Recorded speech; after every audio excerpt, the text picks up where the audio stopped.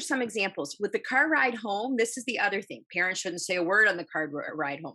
Parents should say, I love to watch you play on the car ride home.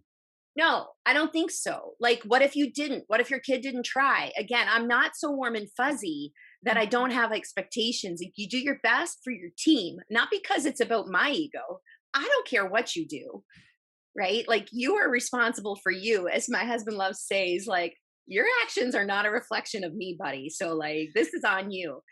I love to say, and I believe I got this from my friend Sarah, who played lacrosse at Cornell, and she went to college with my husband, and she owns a lacrosse club in Florida, um, Maniacs, Lax Mhm. Maniacs, and she would say, like, their hashtag is heart and hustle, and I love that. So I say to the kids before they play sports, I say, I can't wait to watch your heart on display and see you hustle.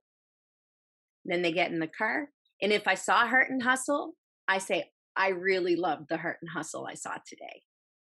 And if I didn't see Heart and Hustle, I don't say anything. I don't say, I love to watch you play. I don't say, I love Heart and Hustle. They might say to me, Mom, what do you think? And I say, what do you want? Like a sandwich? That's two positives, one corrective. They're like, yeah, give me a sandwich. And so I'll say, okay, you did this really well. You did this really well. But you really do need to come to the ball harder, buddy, if you want to keep, if you want to keep progressing. Okay, thanks. It's simple. There's no berating, there's no whatever, but they know what the sandwich is. They know to ask for it. They know what heart and hustle looks like. Some kids, you need to define that, right? Like, heart means, like, you track back on defense, even if you're so tired after that run back, you ask for a sub, because you showing your team respect, needing a sub is far greater than you not making that run back because you selfishly want to stay in the field. Teaching them these things, kids don't, they, I as my Cassie, who's 10, he didn't play soccer a lot. And so they put her on defense in her field hockey tournament recently. And someone said, get goal side. She had no idea. She had no idea what that meant, that term.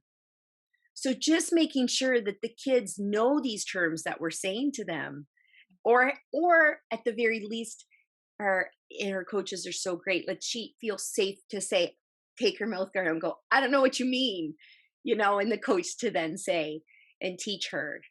So to teach them, be explicit, define it, but the more positive, specific feedback, just not good try. That doesn't really tell them a whole lot. I think you might have changed my mind on the "I love to see you play" thing because I was like, "Okay, well, that sounds nice. I can see that." But then when you say, "Oh, well, if they didn't try hard or they didn't give an effort, I'm not gonna sugarcoat it, but it doesn't have to turn into this big thing in the car ride home. It could just be like, "Hey, like here's what I saw and it's over in 5 seconds." It doesn't need to be the whole car ride home where, you're constantly like criticizing or berating, none of that. But you don't have to always be like, "Oh, like everything's great." Like, so I like that. I really like that a lot. I really like it too, because mine, are they just didn't quite grasp, like, what it means to try. They're being raised to be really kind children. They weren't going out there for blood. Like, they're not naturally really competitive. Competitiveness can also be taught.